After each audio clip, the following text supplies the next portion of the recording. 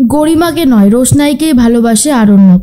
সম্পূর্ণ জানতে ভিডিওটিতে একটি লাইক করে প্রথম থেকেই দেখতে থাকো। গল্পের শুরুতেই দেখা যায় রোশনাই মনে মনে ভাবতে থাকে গরিমা দিদি যেন ভালো হয়ে যায়, সুস্থ হয়ে যায়। এরপর গরিমা সুস্থ হয়ে বাড়ি ফিরে যাওয়ার মতন অবস্থাতে রেডি হয়ে গেছে। আর ঠিক তখনই আরণ্যক বলে, গরিমা তুমি আমার সাথে যাবে না? চলো আমি তোমাকে বাড়িতে পৌঁছে দিচ্ছি, তোমার সাথে আমার কিছু কথাও আছে। সুরঙ্গমা তখন বলে, না, আমার মেয়ের সাথে তোমার কোনো কথা থাকতে পারে না, তুমি ওর সাথে কোনো কথা বলবে না আরণ্যক, তোমাকে আমি আর সহ্য করতে পারছি না। অনেক ক্ষতি করেছো তুমি আমার মেয়েকে আমার কাছ থেকে কেড়ে নিতে চেয়েছো। কি ভেবেছো আমি তোমাকে ছেড়ে দেব? অত সহজ না গরিমা, তুমি আমার সাথে এক্ষুনি আমার বাড়িতে যাবে। চলো বলছি, তুমি আর কোথাও কারোর সাথে যাবে না দেখা করতে।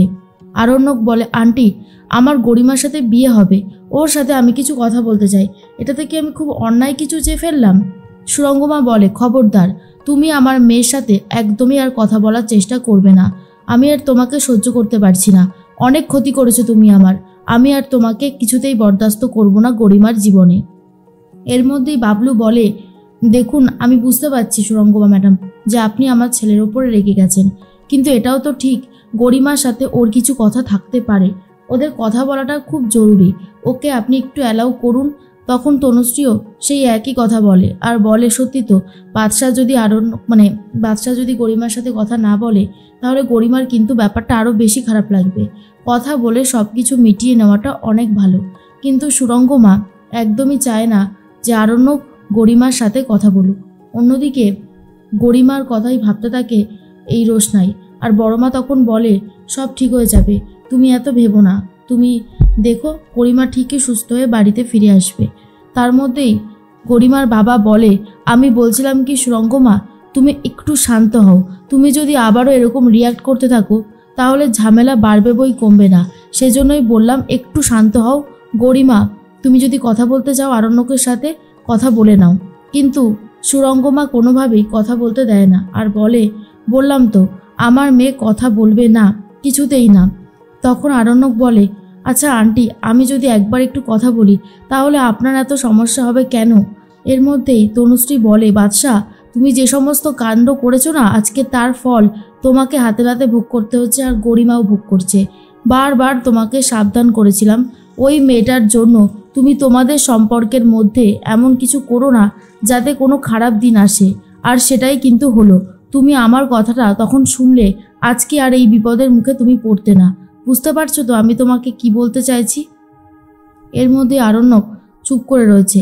আর তখন ছোট খুব ভালো মতন বুঝতে পারে এই ঝামেলাটা বাড়বে বই কমবে না, দিন দিন বাড়ছে।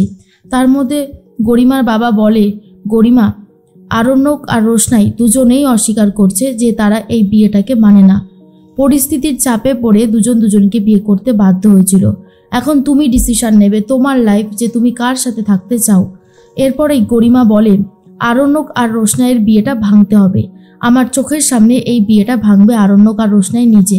তার মধ্যেই সুরঙ্গমা বলে, এরপর আমি রোশনাইয়ের বিয়ের ব্যবস্থা করব, রোশনাইকে আমি বিয়ে দেব। তখনই আরণ্যক বলে, আন্টি আপনি যদি রোশনাইয়ের বিয়েটা ভালো কোনো ছেলের সাথে দেন আমি বাধা দেব না, কিন্তু রাজেশ ভাইয়ের সাথে দিলে আমি অবশ্যই বাধা দেব। তনুশ্রী তখন বলে, বাদশাহ তুমি আবারও এসবের মধ্যে ঢুকছো, তোমাকে বারবার করে বারণ করছি, তাও তো দেখছি তুমি কোনো কথা কানেই নিচ্ছ না। এমনটা করো না, নিজেকে শোধরাও, বুঝতে পেরেছো? এখনো সময় আছে। এর মধ্যে গরিমা বলে, আমি তোমাকে যেটা বললাম সেটাই হবে, তুমি আর রোশনাই দুজনে মিলে আমার সামনে এই বিয়েটা ভেঙে দেবে, বুঝতে পেরেছো? আরণ্যক তখন বলে, তুমি যা বলছো তাই হবে, আমি তোমার কথা আর নড়চড় করব না। এর মধ্যেই গরিমা চলে যাচ্ছে সুরঙ্গমার সাথে। ছোট তখন বলে, আরণ্যক চল, আর এখানে দাঁড়িয়ে থেকেই বা কী করবি? সত্যি তোদের সিচুয়েশনটা অনেক বেশি কঠিন হয়ে গেছে, কিন্তু একদিন সব ঠিক হয়ে যাবে। এরপর সবাই মিলে বাড়িতে চলে গেছে। আর তখনই বাবলুকে খেতে দিচ্ছিল রোশনাই। তখনই বাবলু বলে, বৌদি তোমাকে আমি একটা কথা বলছি, তোমার যদি আমাকে খেতে দিতে ইচ্ছে না করে দিও না। তনুশ্রী তুমি কালকে থেকে বুফের ব্যবস্থা করবে, কিন্তু এই মেয়েটা আমাকে যেন আর খেতে না দেয়, এই মেয়েটাকে আমি আমার চোখের সামনে আর সহ্য করতে পারছি না। তখনই বড়মা বলে, এরকম কেন বলছো ঠাকুরপো, তোমরাই তো বলেছিলে রোশনাইকে কাজ করতে।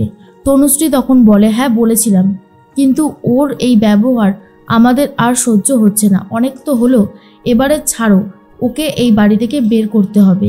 ঠাম্মি তখন বলে, যা বলেছিলাম মনে আছে তো মেজো বৌমা? তখনই মেজমা বলে, হ্যাঁ মনে থাকবে না কেন মা, সবটাই মনে আছে। ছোটু তখন বলে, কি কাজ মা?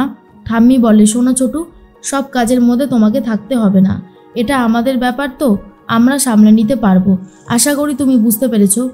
তার মধ্যেই ছোটু বলে, না মানে আমাকে ছাড়া তো এই বাড়িতে সেরকম কোনো একটা কাজ সম্পন্ন হয় না, তাই বললাম আর কি। ঠিক আছে, তুমি যখন বারণ করছো তখন আর আমি এসব ব্যাপারের মধ্যে নাক গলাবো না। ঠাম্মি তখন বলে, নাক গলাতেও হবে না, আমি আর সহ্য করতে পারছি না, সব কিছু হাতের বাইরে বেরিয়ে যাচ্ছে। আরণ্যক আর গরিমার সম্পর্কটা কত ভালো ছিল, সুরঙ্গমা এই পরিবারে মেয়ে দেবে নিশ্চিন্ত হয়েছিল, আমাদের ব্যবহার দেখে, আমাদের পরিবারের ঐতিহ্য দেখে মুগ্ধ হয়েছিল। আজ সেই সুরঙ্গমা আমাদের পরিবারের দিকে আঙুল তুলছে, আমাদের পরিবারকে খারাপ কথা বলছে। এই সব কিছু হচ্ছে এই রোশনাইয়ের জন্য।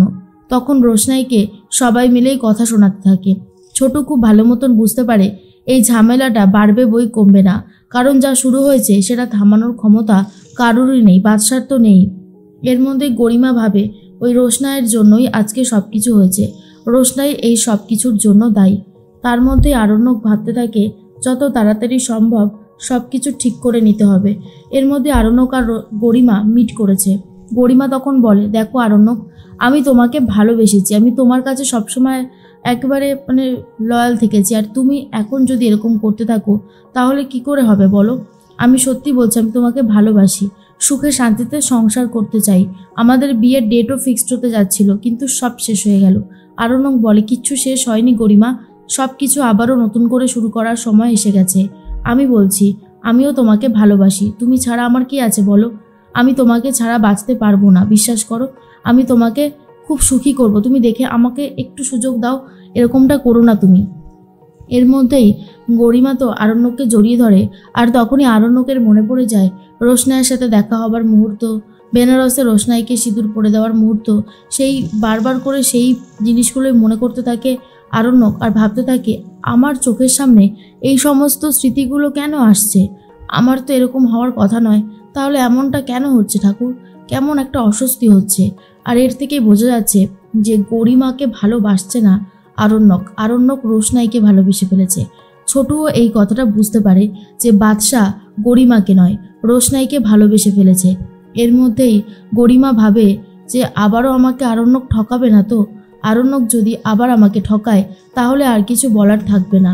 এর মধ্যে আরণ্যক রোশনাইকে ভাবতে থাকে আর গরিমাকে জড়িয়ে ধরে ঠিকই, কিন্তু মন পড়ে রয়েছে রোশনাইয়ের কাছে।